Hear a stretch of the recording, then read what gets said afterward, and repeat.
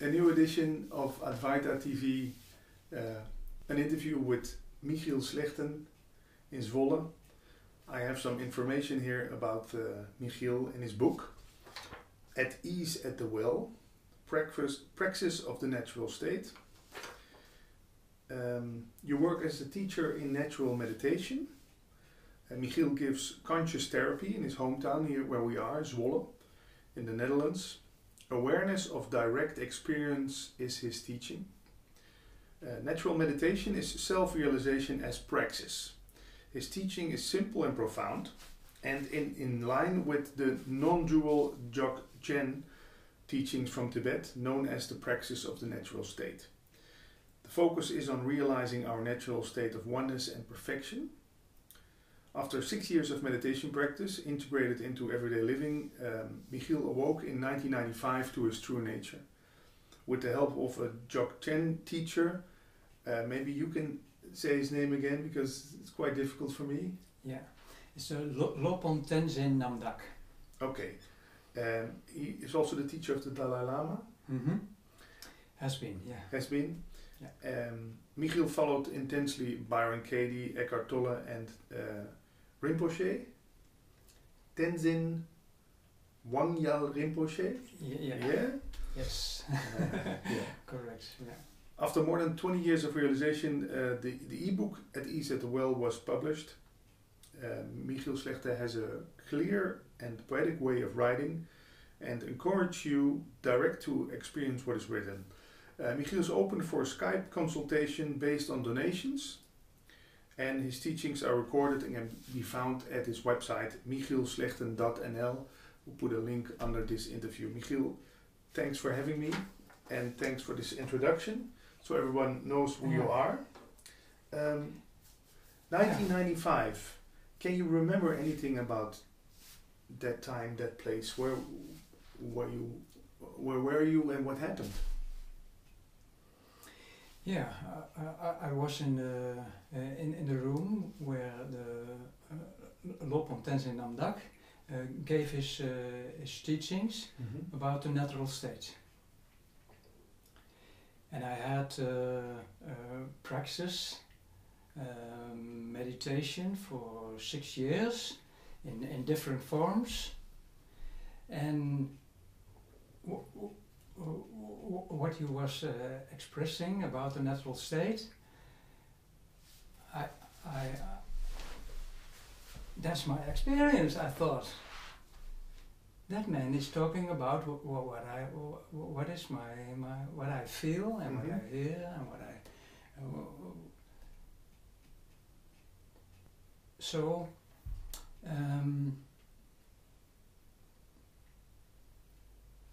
It's very nice as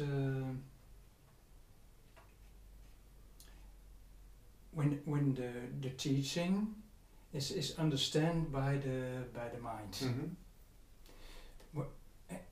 Just when you recognize what somebody is saying in your own experience. Yeah. And it was the first time in my life that I heard someone speaking about self-realization, enlightenment, the natural state of being. Yeah. And where were you? And that's was that in Holland, or what was that in the foreign country where you were at that time? That was in Holland. Okay, yeah. You came to Holland. Yeah. A few years he has given teachings in Zwolle. Yeah. Of in Zwolle? No, not in Zwolle. In Amsterdam. Yeah. And what was it that draw you to him? There were more teachers at that time, I believe. Why especially him? Yeah.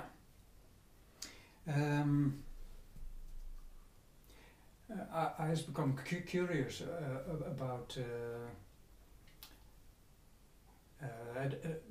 the Tibetan Buddhism. Yeah. So I read some books, and I find the Dzogchen teaching very attractive. Because it's you can compare it with Advaita. It is the Advaita from the Buddhists. from the Tibetan Buddhism. Yeah, yeah. And no, I've been drawn to that, and I had made a choice between the Dzogchen teachings from the Dalai Lama Buddhism or the Dzogchen teachings from the Bön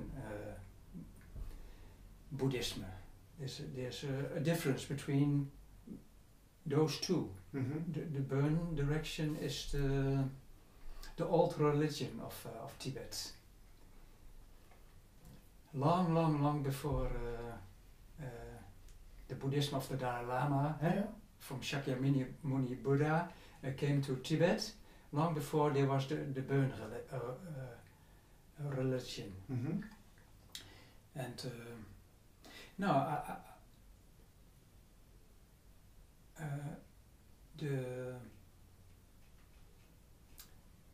what me attracted in the Bön religion was their openness, and they're willing to give the whole teachings directly. While in the normal Buddhism of Tibet, the great the great how do you call that? From the Dalai Lama. Great teaching. Yeah. You have to go many years of preliminary practice. Yeah. And they told almost nothing about Dzogchen. They kept that secret, you could say. Nobody knows. Most people don't know that there is a Dzogchen teaching in the Tibetan Buddhism. How come? Yeah, they kept it. I don't know. You have to start from the bottom up. Make first 100,000 prostrations flat on the ground. Yeah. Oh. And come back 3 years later. And that's only one step, and then and the Bön was much more open. Yeah. And willing to give the whole teachings. Yeah. So in 1995, this awakening happened. Then a logical question always is: Did something change in your life? Did you become a different version of yourself, or did all things stay the same? Yeah, a lot of things have changed. Yeah. For me, it was not a sudden realization. It was gradual. So, yeah, we talk about this point more than 20 years ago. Yeah. And still, there is a process going on to integrate clarity and openness in every moment. Yeah. I see also with the persons who have a sudden awakening, the awakening does not reach every aspect of their life. It can be brilliant, clear in one section of a life, and a stupid fool in forgive me the strong words. Yeah, I know what you mean. They are unaware in other aspects of their life. Yeah.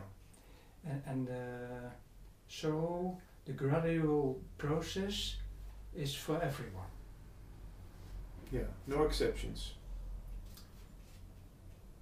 No people who are and then.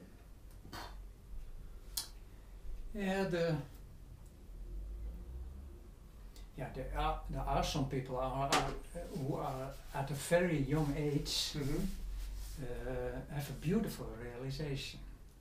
That's true. It's how fast that is going, the integration process in every aspect of your life and body, it's not predictable. It differs a lot. Yeah, so it's a difference for everybody. Yeah. So it's for us not, it can be interesting, but we don't have to follow the path Michiel Slegten has followed, or we cannot follow the path. Different for everyone. Yeah. Yeah. You always follow your own path. Yeah. And every time you think, I try to follow the path from this direction or that direction, it's a little bit dangerous, because you move away from your own path. And that's so important to every time to find your own knowing. And how do I know if I'm on the right path? There can be some doubt that you think, well, is this right? Is this the right teacher? Is this the right teaching? Is this the right book? Am I at the right place? Do I have to move to another country? Do I have to move to Canada where there's more nature? You know, all those questions which pop up. Yeah. And they bring you further. Well, further into thinking all the time. Yeah. And I can only teach my own way of realization. Yeah. And every teacher can only teach his own way of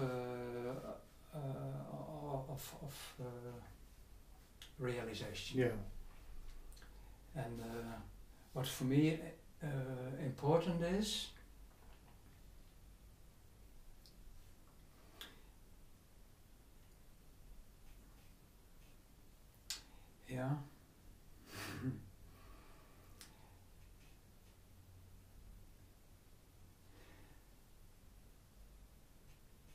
just being aware of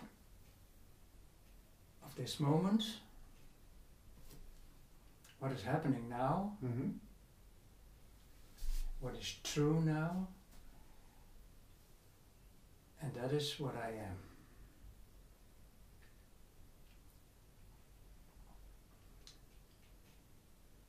So perhaps we could deepen that today a little bit.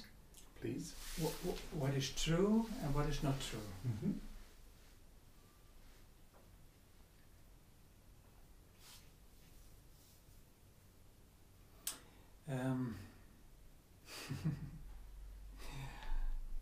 But what comes up when I say that? What is true and what is not true? We did some talks before in Dutch, and then you told me that no thought is true. That's what I'm thinking about right now. Is that what you mean?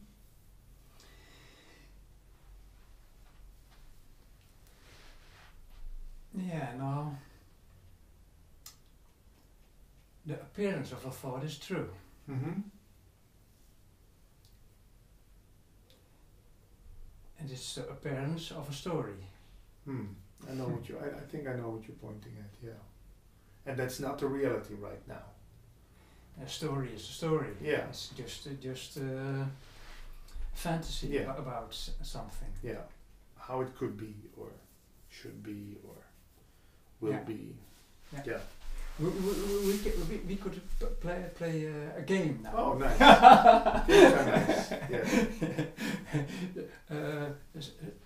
Say something, ask something to me about what you think is true.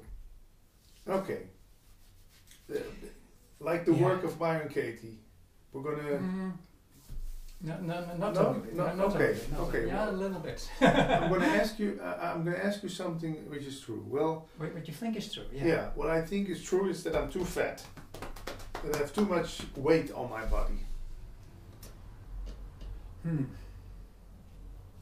Is it true? I don't know. In comparison, when I see a picture of myself of 5 or 10 years ago, you could say, well, that was a thinner version of yourself than you are right now. Yeah. Is that something we can deepen? Yeah. Yeah.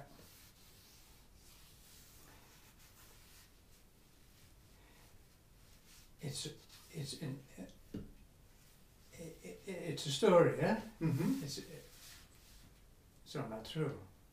It's a story about I have too much weight on my body. Yeah. weight on your body. Yeah. It's when there is no thought about your body.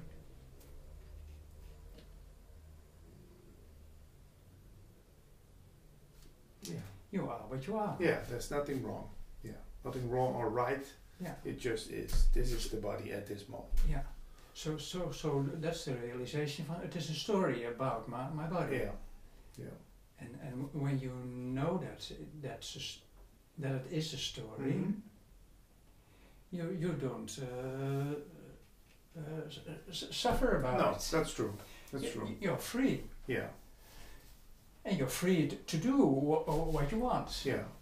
It is not good. It is not bad. Also, both sides are stories. Yeah. So you are free from the stories in that realization that it is a story. Yeah. And so you are also free to do something about it Mm-hmm. or not. Yeah. Yeah. I'm not being very harsh on myself then. Yeah. That is when I look at this camera and I see this back, then the story starts. Then I see myself like, whoo. Then I start judging Yeah. myself. When I don't see myself, I don't judge myself. So all those mirrors and cameras and pictures people take of themselves, Yeah. For me the judging starts. Yeah. Self-judging. Mm-hmm. Yeah. Yeah. And you only have to notice what is happening. Mm-hmm. And don't believe it. Yeah, that's clear seeing. Clear seeing starts with the recognition that it is a story. Mm-hmm. And then you can deepen that recognition to it is a story, but is there attachment in believing that it is true? Yeah. Yeah. Yeah. And yeah, I have done the work of Byron Katie. Mhm.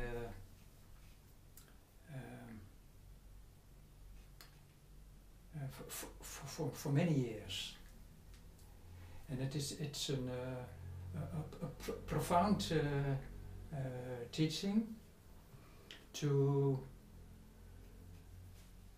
what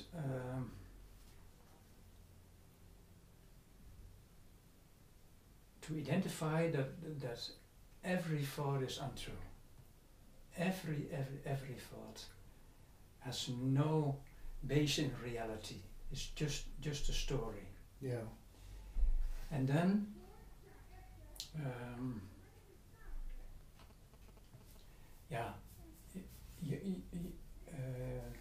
you know a lot about Advaita. Yeah. Yeah. And Ramana Maharshi also says my teaching is the teaching of silence. Mm-hmm. Being still is enough. And then he talks a lot about no mind.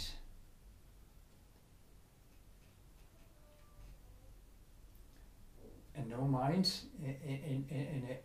means, in his teaching, no thought is true. And when you go to the depth of that, you can find that stillness and silence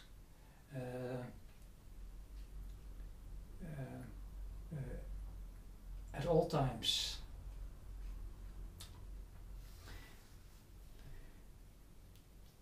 Yeah. Yeah, I can feel it right Yeah. now also. But that's a strange thing. When I listen to you or when I'm in a room with you, it's not that difficult to find this underlying sense of peace and stillness and no mind and everything is okay. But yeah, we cannot be in a room with Michiel Slegten all the time. So Yeah. It's your own stillness, what you feel. yeah, okay. So So how come I feel it when I'm with you and when I'm in a busy supermarket? It's at the back. It's almost gone. I can. It will be there, but I cannot feel it. yeah, it's that integration process. Yeah. Yeah. Okay. Can you give us some tools how to stay anchored in this field of unknowing, or how do you want to call it, this field of love, peace? Can we throw out something there that we can reach it all the time? Mm-hmm. Yeah, there are a lot of I call that the bells are ringing with certain sounds.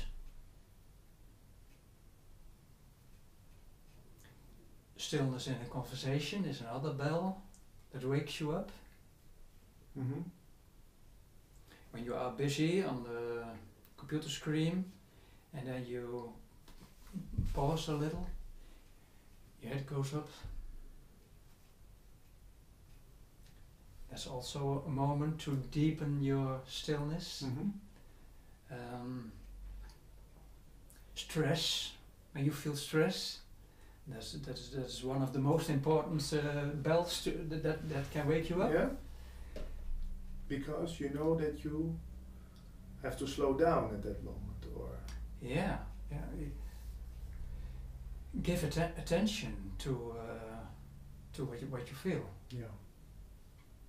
That feeling wants attention, and the mind, the thinking mind, is the most of the time the first to jump on stress and pain. Mm-hmm. And that's the praxis. There's not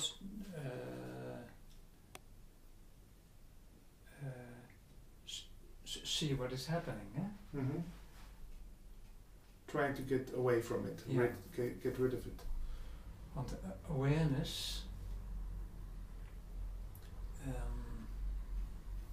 is soft and gentle and friendly and understanding, and you're at ease. Good feelings are coming Yeah. together, and it's totally different than the thought process. Yeah. The thoughts want to find a solution. Yeah. No. Perfect, but wait a little. Yes, feel my pain. Yeah. Yes, feel my stress, and aware of what is happening, so your body can come to rest, and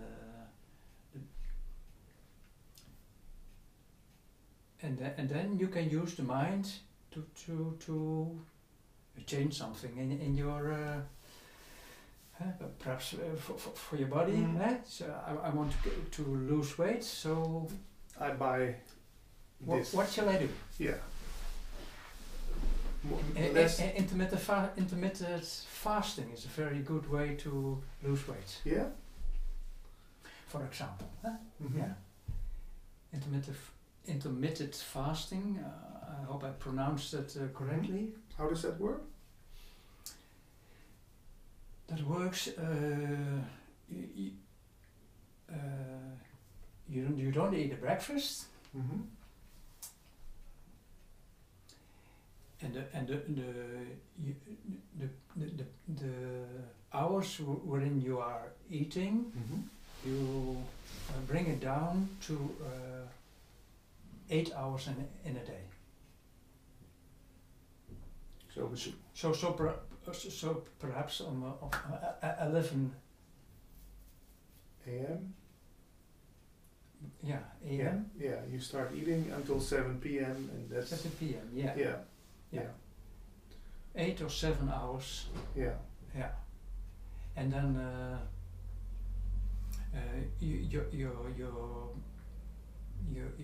your body gets the signal.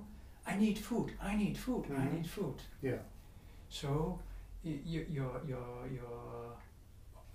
cells, your hormones get sensitive Mm-hmm. to the regulation of your food intake. Mm-hmm. And when you eat all the day except when you are sleeping, your body gets the signal from it's enough, not more, it's too much. I want to Mm-hmm. have a break. Yeah. So it gets how do you call that? Distorted. Yeah. Yeah. Yeah. We talked about this in our Dutch interview. You have a quite different diet than I have. You are on a raw. It's not a diet, but you eat only raw food. Yeah. Yeah. Yeah. What about food? I when I go to the hamburger joint, the McDonald's, and I eat it after 2 hours, I really start feeling dirty. I get this sense about myself. Mhm. How come that food gives us so much signals and feelings, and how is that when you only eat raw food? What did that do with you and your body?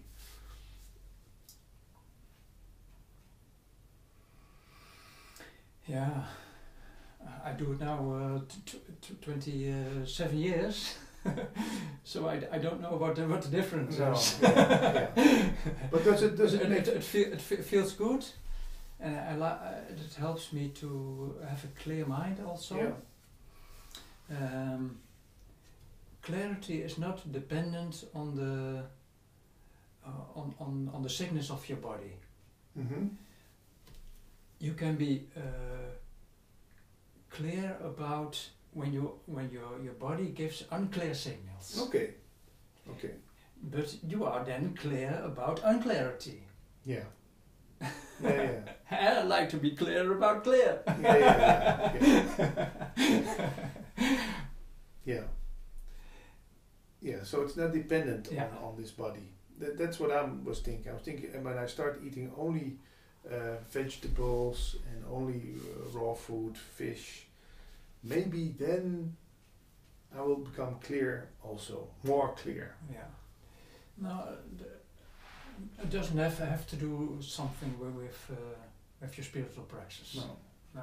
But there must be a reason for you. A little bit perhaps, because you are going in search for you want to be loving to all and everything. Yeah. Eh? Yeah. So more caring for your body leads automatic to the good diet. Yeah. Yeah. But Yeah. Byron Katie was huge. Eh? Yeah. And after her realization, she became Thin again. Yeah. Yeah, thin again. Why is that? Because it's the same as your house. Your surroundings. You see the beauty of everything. You see the beauty of the most terrible things. Mm-hmm. And at the same time, you transform your surroundings in more beauty. Yeah. Yeah. I can imagine something about that, what you say. So, your book, you have completed the translation? No, not Not yet. not yet. No. Is it difficult to translate a book from Dutch to English? Some teachers tell me, well, but in English there are far more words for this kind of teachings than we have in Dutch. So how does that work? Yeah, for me it's also a little bit difficult because my English is not perfect, but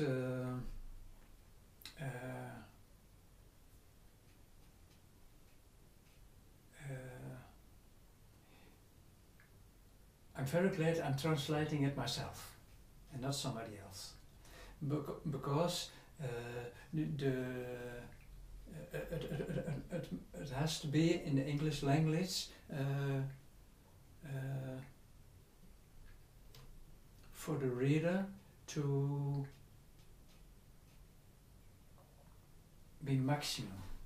And when you translate it literal, it doesn't work many times. Yeah, it loses its depth. Yeah.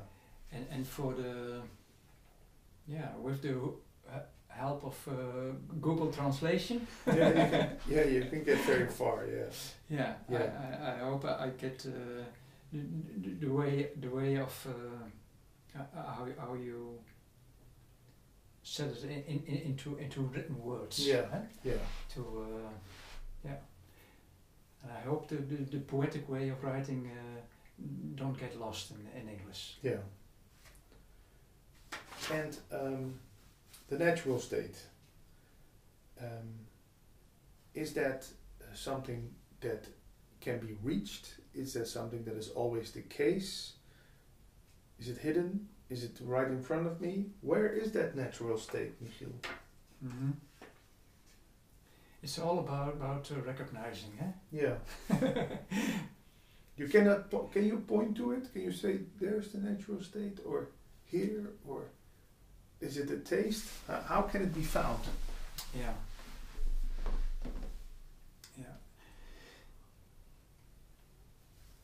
Everybody is living in it, but it makes a big difference if you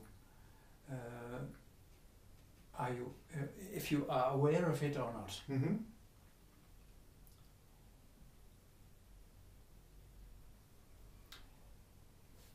In a technical description, Mm-hmm. it is when you are aware of something arising in stillness,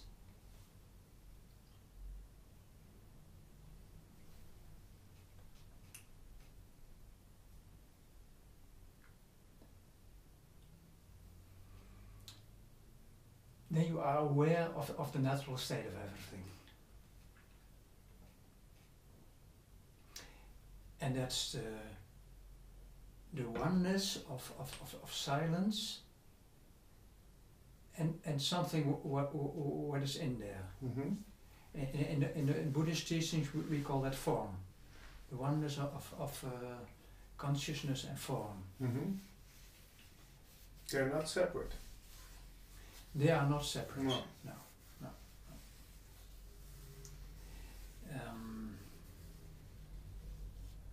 I don't know. When we made this appointment, my thoughts are going to this and to that. So what shall we talk about it? And I'm aware of the thoughts are doing that. Mm-hmm. So the natural state is just being aware of what is. Yeah. And I say sometimes consciousness doesn't exist. It's an idea. Forms aren't existing too. What is real?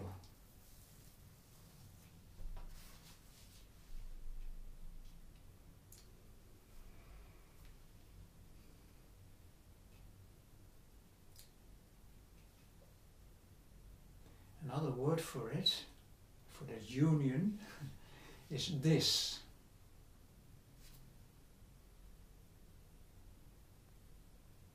It's a word pointing to whatever happens.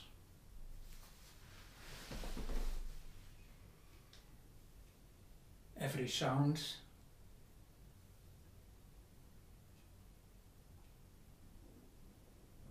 is a reality.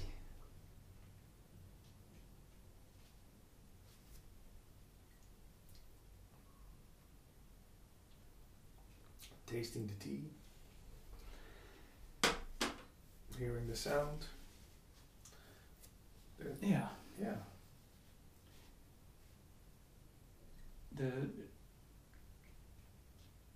The color is reality. Mm-hmm. Thoughts talking about the color and the cup of tea, the thoughts are reality. Making a story about it. There's movement. Movement is a story. The seeing is reality.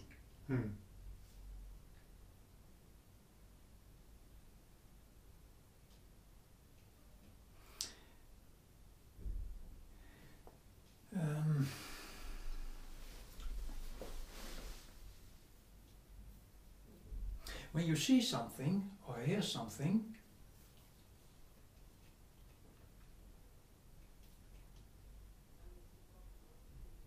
there's no consciousness. Consciousness belongs to talking about it.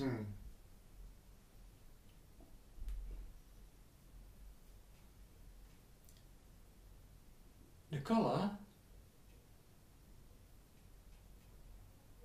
seeing the color, is true.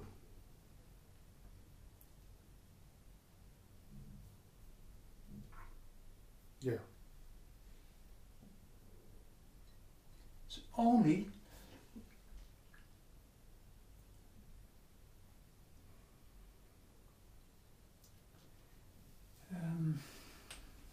yeah. At the same time, it's a miracle. Yeah. I don't know if it is totally clear, but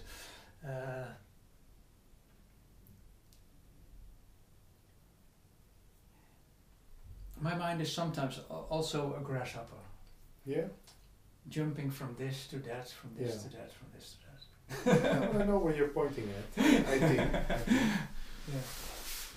So, but that difference from teachings I hear in Advaita, where they say all there is consciousness, and what you are is that consciousness, because in consciousness things can appear. A cup of tea, a lamp, a Michiel, a Patrick. Yeah. Does that differ from how you see it?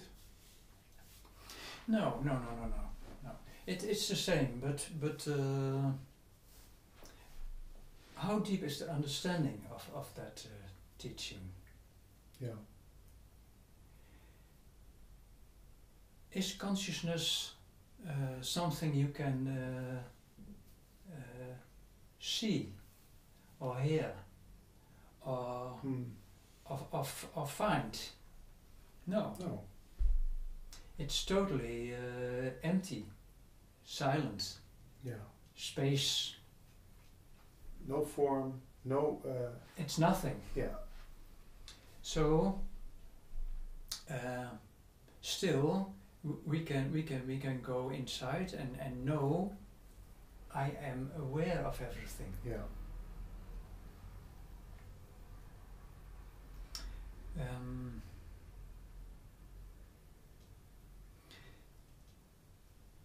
But what in truth are you aware of?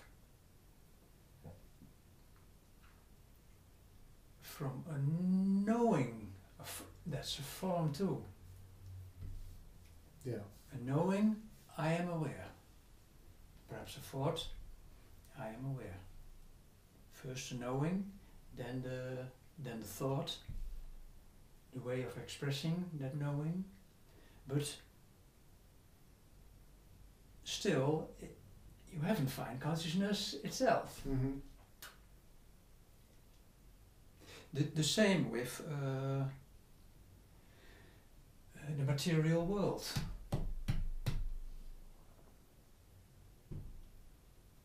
That doesn't exist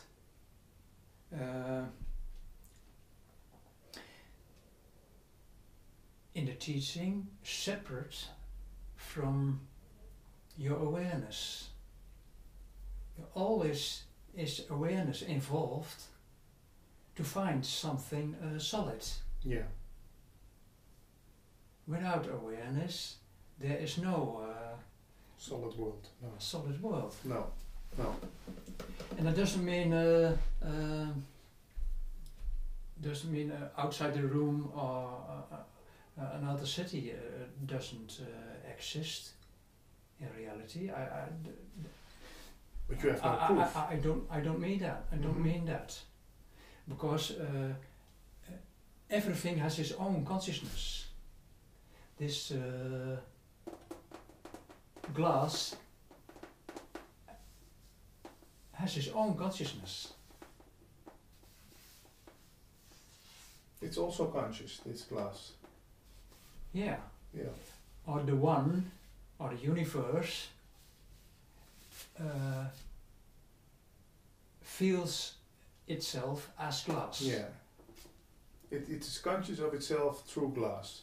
Of as glass. As glass. As glass, yeah. As yeah, glass. Yeah. So when there is no human seeing the glass is still glass. Mm-hmm. Yeah. Yeah. The one experience itself as the total universe. Yeah. There's also a misunderstanding in Advaita many times. Yeah. Because they will reject every form as non-existence. Yeah.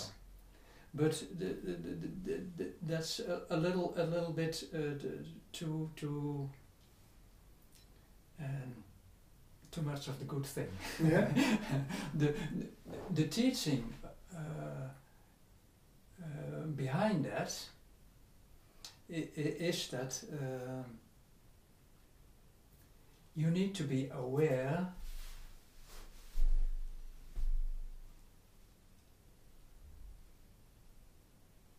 awareness is half of the picture. You can't skip awareness to find only a material world. Mm-hmm. Awareness is one with the material world. Yeah. It needs each other. Or not.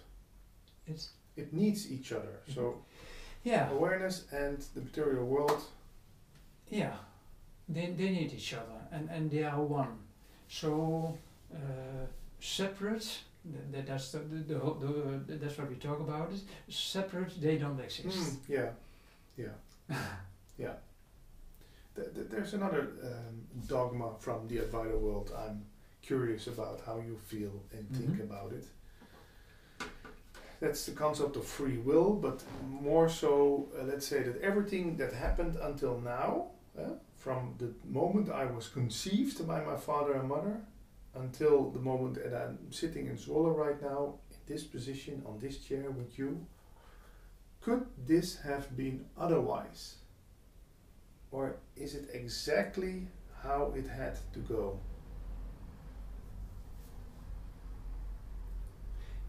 Both are true. Yeah, it could have been otherwise. Yes, of course. But how then? How? What should have? But let's specific. That's the mystery of life. Yeah. So the totality. Yeah. Of everything. It's always in the now.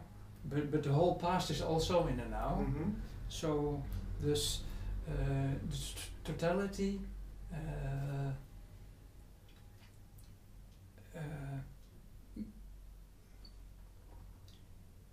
makes that you are sitting there. Yeah, okay. And I'm sitting Yeah, there, yeah. and we are talking about it. Yeah. So, so Is it all coincidence then? no, it's not coincidence. No. It's Predestined? Is it, or is it just a flux of life reacting? And what they say when a butterfly flaps with its wings in China, it could have easily transformed into a thunderstorm in America. Are things really that connected? Yeah, everything is totally connected. Yeah. But that doesn't mean that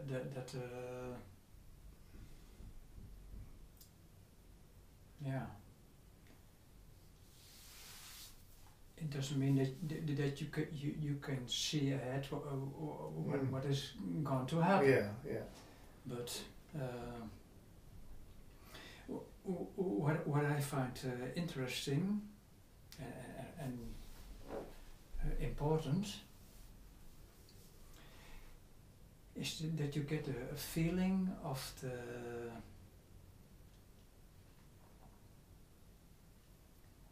how do you call that in English? The perfection? Yeah, but perfection is a good word. Yeah, that everything what is real and happening now is perfect. And you can go to that realization at first place. The first step is being still aware of what is, and then in Advaita they have beautiful words, beautiful pointings. They say what you are is being, knowing, bliss. Satchitananda. Yeah. Being is the stillness. You fall in stillness, in silence, and you are aware of being. Mm-hmm. That's the first step. The second step is knowing. Sometimes it's translated as consciousness, mm-hmm. but knowing is a much more beautiful word for it, much more correct what is really happening. Knowing, awareness is almost the same. Perhaps it is the same. You know when you are when you realize being, stillness, you know what is true and what is not true. Yeah. Only believing your thoughts is the untrue side of it. Mm. Yeah. The rest, all is true.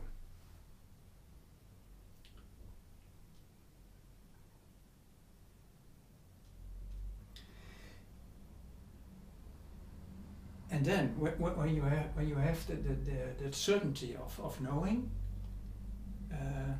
there is bliss. And bliss doesn't mean you have to be very joyous or happy, ecstatic. Mm-hmm. Bliss is a word for being at ease. See the beauty of everything, feeling free,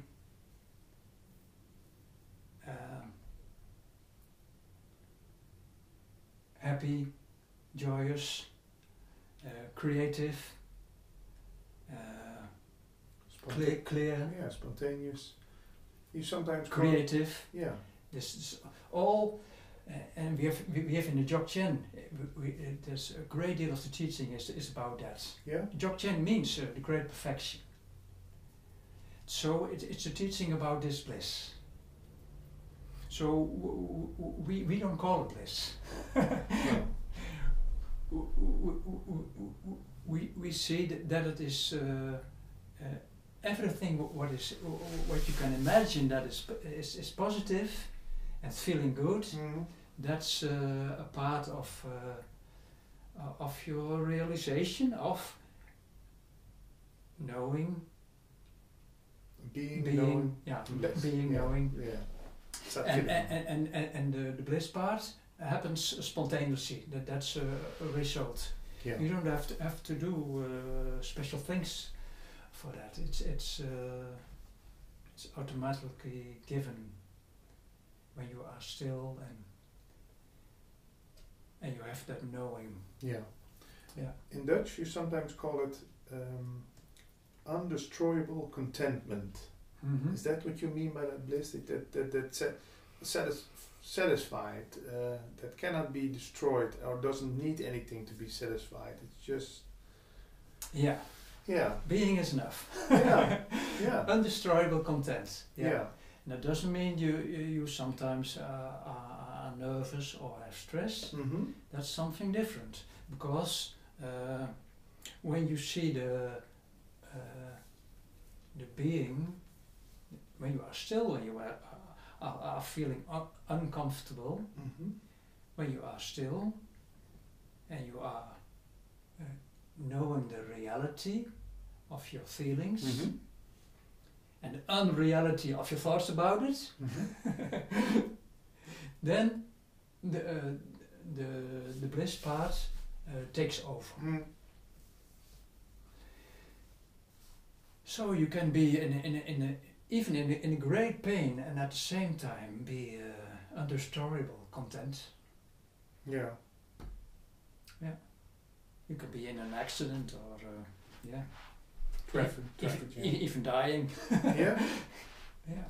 You sometimes see that with people who have surrendered to the knowing that they are going to die. There's total contentment and there's total peace and they're at ease and they transmit a kind of vibe that says everything is okay. Yeah, everything is okay. Yeah.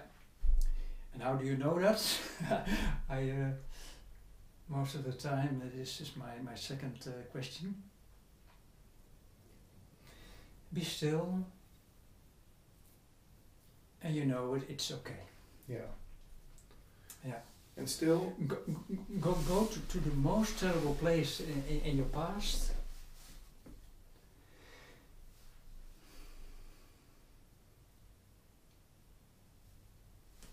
From a silent place, you look back and you find it was okay. Yeah. Yeah. And that doesn't mean that's conscious therapy. Yeah. Yeah. Great. But that doesn't mean that what some people think about Advaita, some protesters say, well, but Michiel, when your house is on fire, you're not going to sit there and everything is okay. You're going to act and react and going to jump out the window or grab your family and get the hell out of here. That's not. It's not about doing nothing, right? No. It's about being inside still and then acting. Yeah. Yeah.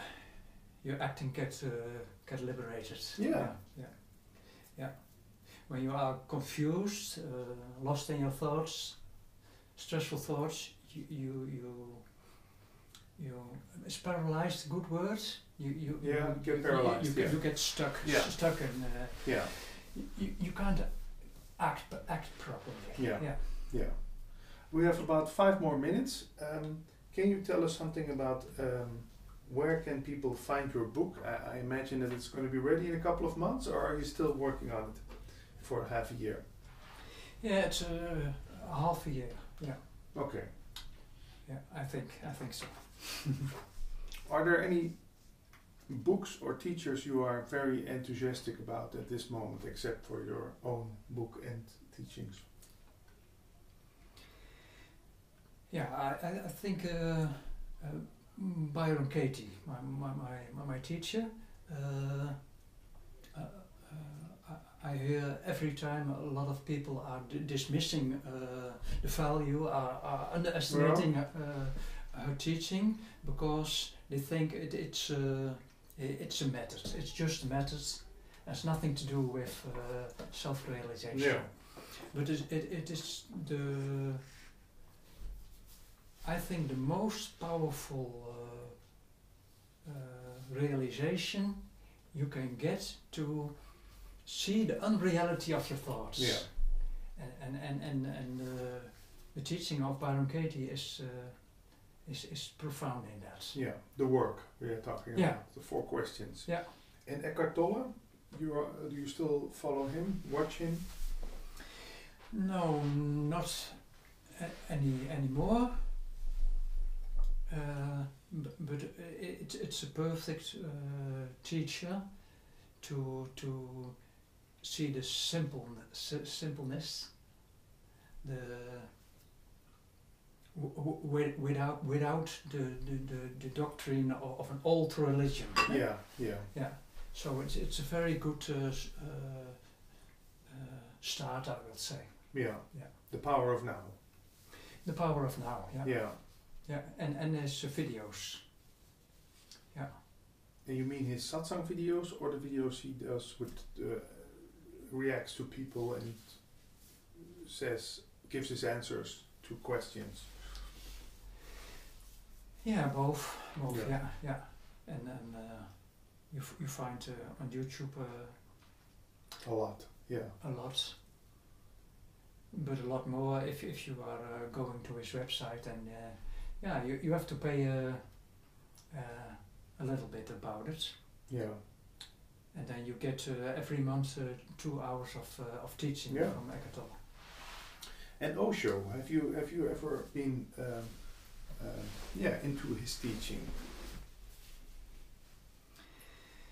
I've read a lot about Osho, his books, I mean, before I have my awakening. Yeah. After that, not anymore. Our characters are a little bit different. Yeah. I am more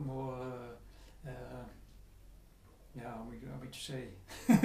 Laid back. Yeah. And final question, what I find so interesting about you, that you have this awakening, it still deepens and deepens, and you are still interested in watching these kind of videos, listening to tapes. Some teachers say, well, I don't need that anymore. I've seen it, throw away my books, I don't watch YouTube anymore. What's the difference for you? Yeah. The difference is I like to learn all the different languages, language wherein you can express the truth. Yeah. So it helps me to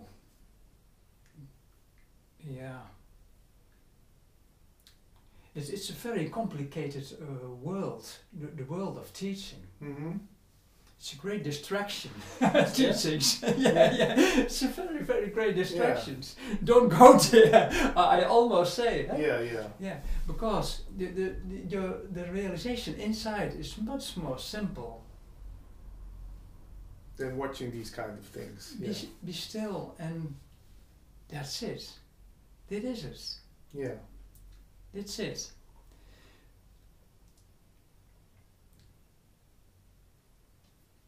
And then they got